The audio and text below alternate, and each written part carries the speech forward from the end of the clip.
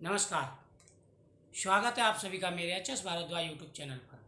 मैं हरिओम शर्मा आज आपको शुक्र से संबंधित जानकारी दे रहा हूँ कि शुक्र का हमारे जीवन में क्या महत्व होता है।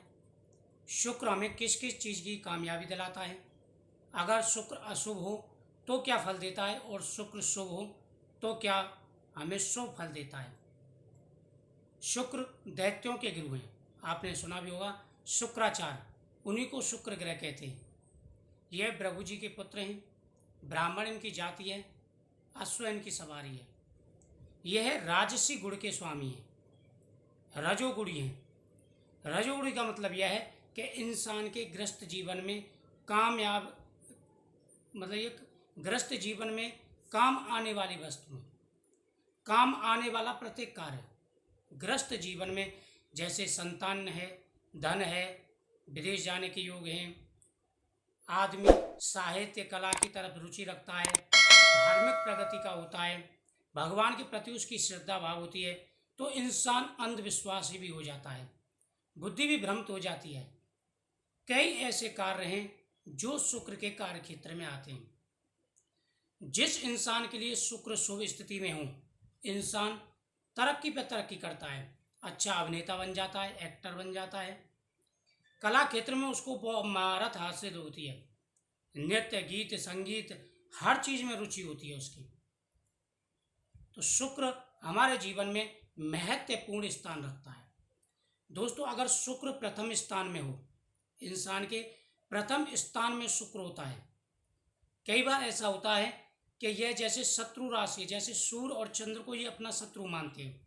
अगर शत्रु राशि में ये बैठे हों तो अशुभ फल देते हैं, या नीच राशि में बैठे हों तब ये अशुभ फल देते हैं।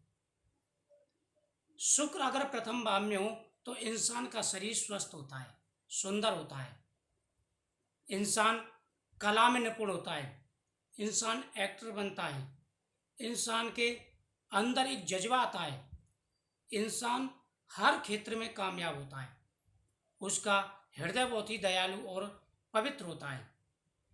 लेकिन कुछ चीज़ों की चिंताएं भी होती हैं। इंसान हर प्रकार से कामयाबी प्राप्त करता है, इंसान का शरीर बिल्कुल बहुत ही स्वस्थ हष्टपुष्ट रहता है। और अगर जिन भी लेडीज के प्रथम इस लग्न भाव में शुक्र होता है तो उनकी जो है काया बहुत ही सुंदर होती है, शरीर हष्टपुष्ट होता है और वह कला क्षेत्र में निपुण होती हैं।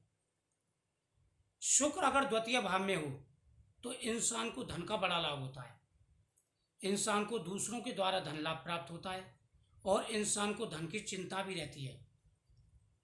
इंसान दिन दूनी रात चौगुनी तरक्की करता है द्वितीय भाव में शुक्र हो तो। लेकिन इस द्वितीय भाव में शुक्र अच्छी स्थिति में होना चाहिए। शुक्र अगर तृतीय भाव में हो तो इंसान को बड़ा सहयोग मिलता है, इंसान को भाई बहनों से सहयोग मिलता है, पारिवारिक रिश्ते अच्छे होते हैं। तो कई बार पारिवारिक रिश्तों में दरार भी आ जाती है, मित्रों से पूरा सहयोग मिलता है, धन का आगमन होता है, इंसान धार्मिक प्रगति का होता है, मधुर बोलने वाला होता है और कई प्रकार से परिवार की सहायता करता है। शुक्र अगर चतुर्थ भाव में हो, शुक्र अगर चतुर्थ भाव में शुभ स्थिति में होता है तो इंसान माता पिता के लिए शुभ रहता है, संतान की प्राप्ति होती है, व्यापार उसका अच्छा चलता है, भूमि जायदाद आदि का सुख भी शुक्र दिलाता है, हालांकि मंगल दिलाता है, लेकिन शुक्र इसमें शुभ हो तो ये कार्य भी उनको दिलाता है। इंसान हास्य प्रिय होता है, कला संगीत का प्रेमी होता है, धार्मिक प्रगति में रुचि बढ़ती है और दूसरों की सहायता करता है, खेती बाड़ी अच्छी चलती है।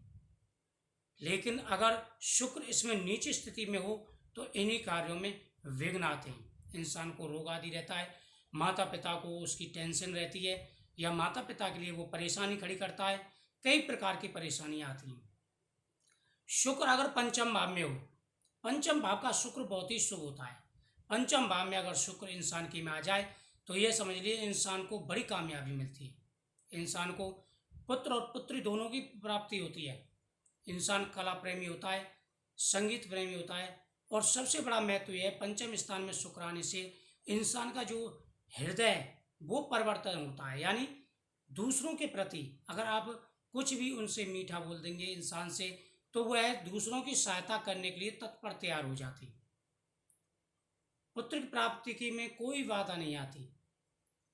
लेकिन अगर छठे भाव में शुक्र इंसान का हो तो इंसान को बड़ी परिस्थितियों का सामना करना पड़ता है। इंसानी शराबी, ज्वारी, गुप्त रोग से पीड़ित, गुप्त परेशानियों से पीड़ित, गुप्त उलझने, गुप्त चिंताएं, बहुत सारी परेशानियां उसको झेल लेती हैं। दोस्तों, अगर इस छठे भाव में शुक्र उच्च स्थिति में हो तब तो ठीक है, अगर नीच स्थिति में हुआ तो बहुत बड़ी परेशानी इंसान को झेलनी पड़ जाती है। इंसान ऐसी ऐसी परिस्थितियों से गुजरता है जिसका इंसान को अनुभव नहीं है। यानी गुप्त उलझने, जो कार्य आपने ना किया हो, पुलिस केस लग सकता है, या गुप्त ऐसी परेशानियां हो सकती हैं, कोर्ट कचहरी के चक्कर लग सकते हैं। इंसान ज्वारी हो जाता है, अपने धन को नष्ट कर देता है, जुड़े हुए धन को नष्ट कर देता है।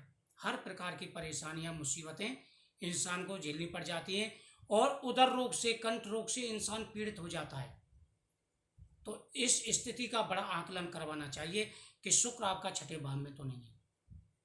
सप्तम भाव का शुक्र इंसान को बड़ा सुख दिलाता है, सुंदर स्त्री की प्राप्ति होती है, धन अपार होता है, और इंसान कई बार धन के मद में दूसरों के प्रति आकर्षण भी हो जाता है। यानी दूसरों के प्रति एक लगाव लग जाता है इंसान को, तो जिसकी वजह से कई बार इंसान को मुसीबतें भी झेलनी पड़ जाती हैं। दोस्तों, अष्टम भाव का शुक्र इंसान को दीर्घायु बनाता है।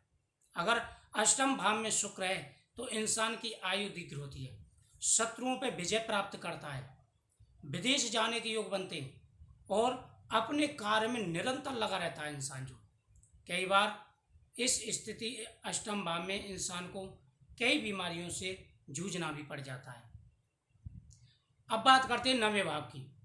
सबसे लकी भाव, सबसे उत्तम भाव। अगर नवें भाव में शुक्र है और अच्छी स्थिति में है तो दोस्तों इंसान को वो कामयाबी मिलती हैं, वो इंसान को मंजिलें हासिल कर लेता है जिसकी इंसान को बेसब्री से इंतजार रहता है।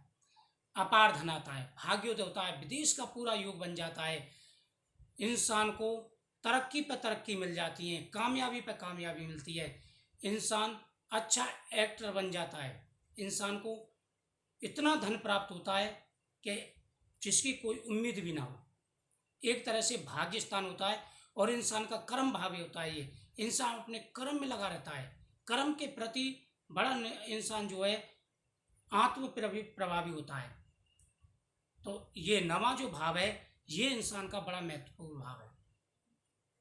अगर इंसान के दसवें भाव में शुक्र हो तो क्या होता है दोस्तों? दसवें भाव का शुक्र बड़ा महत्व रखता है।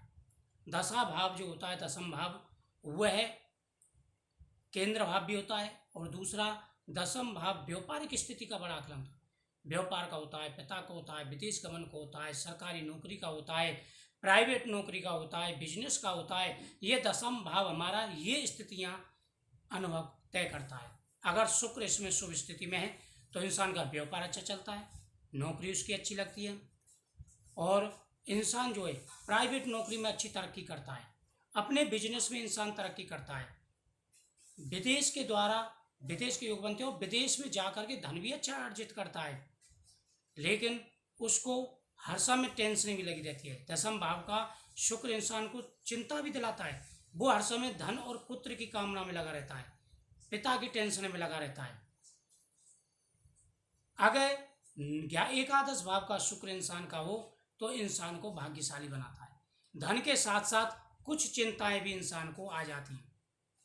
एकादश भाव का शुक्र इंसान को मणि प्राप्ति में बड़ा सहयोग कराता है, इंसान को संतान भाव का भी अनुभव और चिंता होती है, यानी चिंता संतान की तरफ से भी होती है, और धन होते हुए भी टेंशन करता है। इंसान एक प्रकार से कहते हैं कि आप लालची प्रकृति का हो जाता है। इंसान के पास धन अच्छा आता है, लेकिन उसका मन होता है यार मेरे पास 100 रुपये तो मेरे पास 500 रुपये होने चाहिए, 5,000 है तो 10,000 होने चाहिए, करोड़ है तो 2 करोड़ होने। इंसान एक प्रकार से धन के उसमें लग जाता है चिंता में। तो आप किसी के पास अगर धन का भाव है, धन प्राप्त है, शुक्र एकादश भाव में है, तो वो संभर के रहें और भगवान की तरफ ध्यान रखें। अब बात करते हैं द्वादश भाव की। द्वादश भाव का शुक्र इंसान को कई परिस्थितियों से गुजारता है। कामयाबी के साथ साथ में इंसान को रोग भी देता है, कई प्रकार की टेंशनें भी होती हैं। तो ये सारे स्थितियाँ थीं द्वादश भावों की। अब तय करता है कि इंसान की ये द्वादश भावों में शुक्र कैसी स्थिति में बैठा है। अगर शुभ स्थिति में बैठा है तो इन सारी चीज़ों से आपको लाभ प्राप्त होगा। तो मुझे उम्मीद है आपको यह जानकारी अच्छी लगी होगी। आने वाले वीडियो में प्रत्येक नवग्रह की बताऊंगा कि कौन सा ग्रह कौन से घर में क्या फल देता है। जैसे